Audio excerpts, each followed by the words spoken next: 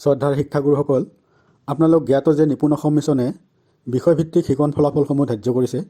এই শিকন ফলাফল সম্পৰ্কীয় ভিডিঅ'টো প্ৰস্তুত কৰিছোঁ। আশা কৰিছোঁ আপোনালোক উপকৃত হ'ব।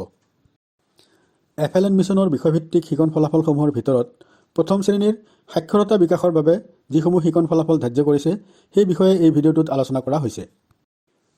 আমি জ্ঞাত যে নিপুণ অসম তথা FLN মিছন তিনিটা বিকাশৰ লক্ষ্যৰ ওপৰত আধাৰিত।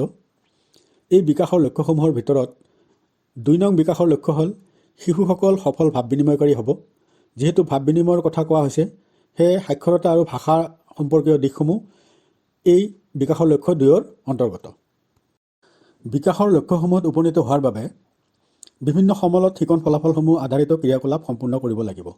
এনে ক্ৰিয়াকলাপ সম্পূৰ্ণ কৰিব পৰা হ'লে শিশুৱে শিকন ফলাফলসমূহ লাভ কৰিব।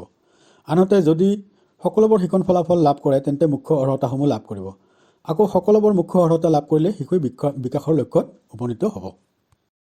শিকন ফলাফল হৈছে শিকনৰ ক্ষুদ্ৰতম মাইলৰ খুঁটি, যাক সাধাৰণতে এটা সময়সীমাৰ ভিতৰত ক্ৰমাগতভাৱে অগ্ৰগতি লাভ কৰি মুখ্য অৰ্হতাসমূহ আয়ত্তকৰণ কৰিবলৈ সমৰ্থতা লাভ কৰে। এইখিনিতে মন কৰিবলগীয়া যে নিপুণ অসমৰ সাক্ষৰতাৰ 9টা মূল উপাদান আছে। ইয়াৰ ভিতৰত হ'ল মৌখিক ভাষাৰ বিকাশ, ছপাৰ ধাৰণা, পাঠোদ্ধাৰ, শব্দভাণ্ডাৰ, ধ্বনিগত সচেতনতা, পঠনবোধ, পঠন সাৱলীলতা, লিখন, পঠন সংস্কৃতি আৰু পঠন অভ্যাস। এই মুখ্য উপাদানসমূহৰ ভিত্তিত শিকন ফলাফলসমূহ নিপুণ অসমে নিৰ্দিষ্ট কৰিছে। সাক্ষৰতাৰ মুখ্য উপাদানসমূহ 3টা গোটত বিভক্ত কৰিছে। এই গোট 3টা হ'ল শ্ৰৱণ আৰু কথন, বোধৰ সৈতে পঠন, উদ্দেশ্যৰ সৈতে লিখন।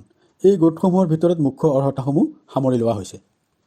শ্ৰৱণ আৰু কথনৰ মুখ্য অৰ্হতাসমূহ হ'ল বোধৰে সৈতে শ্ৰৱণ, কথোপকথন আৰু সৃষ্টিশীল আত্মপ্ৰকাশ, ভাষা আৰু সৃষ্টিশীল চিন্তা, শব্দভাণ্ডাৰৰ বিকাশ, কথোপকথন আৰু কথা কোৱা কৌশল, ভাষাৰ অৰ্থপূৰ্ণ ব্যৱহাৰ। বোধৰে সৈতে পঠনৰ গোটত মুখ্য অৰ্হতাসমূহ হ'ল কিতাপৰ সৈতে সম্পৰ্ক দৃঢ় কৰা, ছপাৰ ধাৰণা আৰু অৰ্থ সজোৱা, পঠনৰ ভাও দিয়া, ধ্বনিগত সজাগতা, ধ্বনি আৰু প্ৰতীকৰ সম্পৰ্ক, পূৰ্বৰ অভিজ্ঞতা আৰু জ্ঞানৰ ব্যৱহাৰ কৰি অনুমান কৰা, বিভিন্ন ক্ষেত্ৰত আনন্দৰ বাবে স্বতন্ত্ৰ পঠন কৰিব পৰা। উদ্দেশ্যৰে সৈতে লিখন গোটত মুখ্য অৰ্হতাসমূহ হ'ল প্ৰাক শৈশৱকালীন সাক্ষৰতাৰ কৌশল আয়ত্ত কৰা, নিজক প্ৰকাশ কৰাৰ বাবে লিখন কাৰ্য কৰা, আখৰ আৰু ধ্বনিৰ বিষয়ে থকা জ্ঞান ব্যৱহাৰ কৰি লিখিবলৈ বানান উদ্ভাৱন কৰা, গতানুগতিক পদ্ধতিৰে লিখাৰ প্ৰয়াস কৰা, অংকন বা শব্দৰ সৈতে অৰ্থপূৰ্ণ বাক্য গঢ়াৰ প্ৰতি সঁহাৰি জনোৱা, ছন্দযুক্ত শব্দ লিখা, নামকৰণ আৰু ক্ৰিয়াত্মক শব্দ ব্যৱহাৰ কৰি অৰ্থপূৰ্ণ বাক্য লিখা, নিজৰ মনৰ ভাৱ প্ৰকাশ কৰিবলৈ বাৰ্তা লিখা, মিশ্ৰিত ভাষাৰ কোড ব্যৱহাৰ কৰিব পৰা, শ্ৰেণীকোঠাৰ কাম কাজ আৰু ঘৰত বিভিন্ন উদ্দেশ্যত লিখা যেনে তালিকা লিখা, তালিকা সজোৱা, ককা আইতাক শুভেচ্ছা পত্ৰ লিখা আৰু বাৰ্তা লিখা আদি। FLN মিছনে শিকন ফলাফলসমূহৰ বাবে কিছুমান নিৰ্দিষ্ট কোড ব্যৱহাৰ কৰিছে। যেনেকুৱা সাক্ষৰতাৰ বাবে ECL14 অৰ্থাৎ ইফেক্টিভ কমিউনিকেটৰ্ছ, সফল ভাৱ বিনিময়কাৰী, L1 অৰ্থাৎ লেংগুৱেজ 1 তথা ভাষা 1 আৰু 4 অৰ্থাৎ 4 নং বছৰ তথা ফাউণ্ডেশ্যনেল ষ্টেজত থকা 4 নং বছৰটো হ'ল প্ৰথম শ্ৰেণী। প্ৰথম শ্ৰেণীৰ সাক্ষৰতাৰ শিকন ফলাফলসমূহ হ'ল ECL1 4.1 নিজৰ ভাষা বা ঘৰুৱা ভাষা ব্যৱহাৰ কৰি নিজৰ প্ৰয়োজনসমূহ আনৰ আগত প্ৰকাশ কৰিব পাৰিব আৰু তথ্য আহৰণ কৰিবলৈ প্ৰশ্ন সুধিব পাৰিব।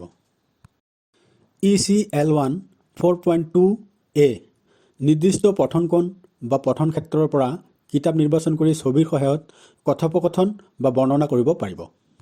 ECL1 4.3a পৰিচিত সাধুৰ সৈতে নিজৰ অভিজ্ঞতা সংযোগ কৰিব পাৰিব আৰু সেই বিষয়ে নিজৰ ভাষাৰে ক'বলৈ পাৰিব। ECL1 4.3b তেওঁলোকৰ প্ৰিয় খেলৰ বাবে নিজে নীতি নিয়ম প্ৰস্তুত কৰিব পাৰিব।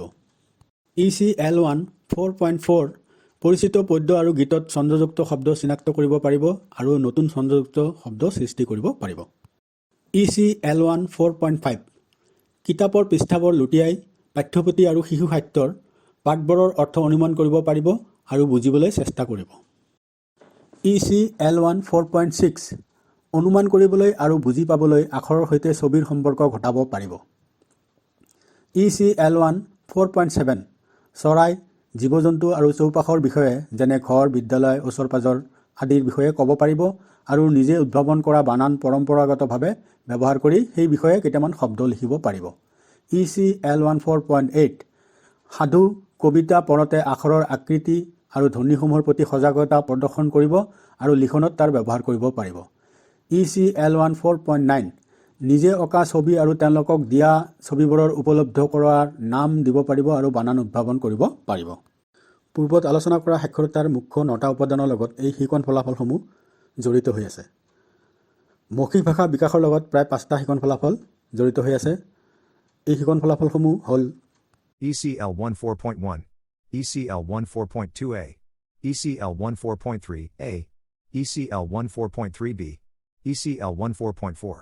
ছপাৰ ধাৰণাৰ সৈতে জড়িত শিকন ফলাফলসমূহ হ'ল ECL14.2a, ECL14.5, ECL14.6, ECL14.8. লিখনৰ সৈতে জড়িত শিকন ফলাফলসমূহ হ'ল ECL14.7, ECL14.8, ECL14.9. বোধাৰীৰ সৈতে পঠনৰ লগত জড়িত শিকন ফলাফলসমূহ হ'ল ECL14.5, ECL14.6, ECL14.7, ECL14.8. বোধাৰীৰ সৈতে পঠনৰ লগত জড়িত শিকন ফলাফলসমূহ হ'ল ECL14.5, পাঠোদ্ধাৰৰ সৈতে জড়িত শিকন ফলাফলসমূহ হ'ল ECL14.4, ECL14.6, ECL14.7, ECL14.8, CLL14.9. ধ্বনি সজাগতাৰ সৈতে জড়িত শিকন ফলাফলসমূহ হ'ল ECL14.4, ECL14.8. পঠন অভ্যাস তথা পঠন সংস্কৃতিৰ লগত জড়িত শিকন ফলাফলসমূহ হ'ল ECL14.2a, শব্দ ভাণ্ডাৰৰ লগত জড়িত শিকন ফলাফলসমূহ হ'ল ECL14.7, ECL14.9, ECL14.4. ভিডিঅ'টো ইমানতে সামৰিছোঁ। ধন্যবাদ।